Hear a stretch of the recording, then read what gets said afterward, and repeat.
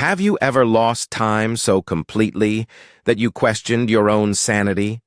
Not just forgetting where you put your keys or spacing out during a boring meeting, but having entire chunks of your existence simply vanish, leaving you stranded in a reality that no longer makes sense? I never believed in the supernatural until I drove across Blackwood Bridge on a foggy October night. Now I wish I could forget what I experienced there. But the memories cling to me like cobwebs, impossible to brush away. It started as a simple wrong turn. I was driving home from a client meeting in Hartford, a route I had taken dozens of times before. But that night, the GPS on my phone kept glitching, the screen flickering between different roads that didn't match what I was seeing through my windshield. The fog had rolled in thick and heavy, turning familiar landmarks into ghostly shadows. When I saw the wooden sign for Blackwood Bridge, weathered and partially obscured by creeping vines, I figured it was a shortcut I had never noticed before. The narrow road curved through dense woods, my headlights carving a weak tunnel through the mist. Ancient trees pressed close on both sides, their branches forming a canopy so thick that even the pale moonlight couldn't penetrate. The bridge appeared suddenly, emerging from the fog like something from a forgotten era. It was a covered bridge, built from dark timber that seemed to absorb rather than reflect my headlights. The wooden walls rose high on either side, creating a tunnel effect that made my skin crawl. Something about its construction felt wrong, as if the angles didn't quite align with normal geometry. I checked my phone as I approached the entrance. The time read 11:47 p.m. I remember this detail vividly because I was calculating how much longer it would take to get home. My wife would be worried if I arrived much later than midnight. As my car entered the bridge, the sound changed dramatically. The steady hum of tires on asphalt became a hollow, echoing rumble against wooden planks. My headlights illuminated the interior, revealing rough-hewn beams overhead and walls that seemed to stretch much longer than the bridge had appeared from the outside. The fog swirled through gaps in the wooden slats, creating shifting patterns that played tricks on my peripheral vision. Halfway across, my radio began to crackle with static. The classic rock station I had been listening to dissolved into white noise. Then silence. I reached over to adjust the tuning, and when I looked up again, something had changed. The bridge felt different. Longer. The wooden beams overhead seemed higher, disappearing into shadows that my headlights couldn't reach. The fog outside had thickened to an impenetrable wall, and I could no longer see the end of the bridge ahead. I pressed harder on the accelerator, suddenly desperate to reach the other side. But the bridge continued, stretching endlessly forward. My speedometer showed I was traveling at 35 miles per hour, yet I seemed to be making no progress. The same wooden support beam kept passing by my window over and over, as if I were driving in place. Panic began to set in. I slammed on the brakes, and the car skidded to a stop. The silence that followed was absolute. No wind, no creaking wood, no sound of my own breathing. Even my heartbeat seemed muffled, as if the bridge itself were absorbing all noise. I grabbed my phone to call for help, but the screen showed no signal.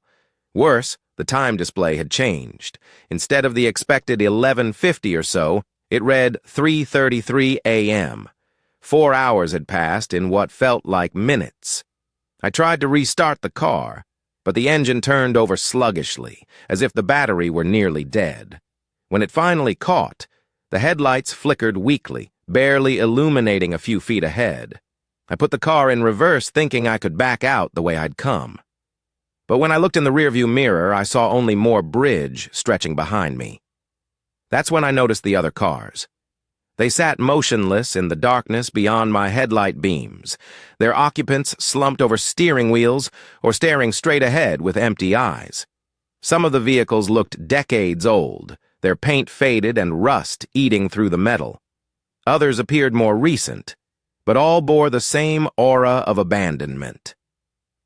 I got out of my car, despite every instinct screaming at me to stay inside. The wooden planks creaked under my feet, but the sound seemed to come from very far away. As I approached the nearest vehicle, a 1970s sedan with a cracked windshield, I could see the driver more clearly. He was an elderly man in a suit that had once been blue but had faded to gray. His hands gripped the steering wheel so tightly that his knuckles had turned white, but his eyes stared sightlessly ahead. When I tapped on the window, he didn't respond. He didn't even blink. I moved to the next car, then the next. Each contained a driver frozen in the same catatonic state. Some looked like they had been there for years, their clothes deteriorated and their skin taking on a waxy, preserved appearance. Others seemed more recent arrivals, their features still retaining traces of life. A horrible realization began to dawn on me. I checked my phone again. The time now read 7:15 a.m., though I had only been out of my car for what felt like minutes. The date had also changed, advancing by 3 days. I ran back to my car and tried the engine again. This time it started immediately, and my headlights blazed at full strength. I could see the end of the bridge ahead, maybe 50 yards away. I floored the accelerator, desperate to escape, before whatever force controlled this place could trap me like the others. The car shot forward, and within seconds I burst out of the covered bridge into gray dawn light. I didn't stop driving until I reached the main highway, where normal traffic and familiar landmarks assured me I had returned to the real world. When I finally checked my phone in the parking lot of a 24-hour diner, I discovered that 5 days had passed since I left my client meeting. 5 days that existed only as scattered fragments in my memory. My wife had filed a missing person report. My car's odometer showed I had driven over 800 miles, though I had no recollection of where I had been. I tried to find Blackwood Bridge, again driving the same route on multiple occasions, but the road that had led me there no longer exists. Local maps show no covered bridge in that area, and when I described it to longtime residents, they looked at me with a mixture of confusion and concern. But sometimes, late at night, when the fog rolls in thick, I catch glimpses of that weathered wooden sign in my peripheral vision. And I know that somewhere, in a place that exists between the seconds of our normal time, Blackwood Bridge still spans its dark chasm, waiting for the next wrong turn, the next lost traveler who will join its collection of frozen souls.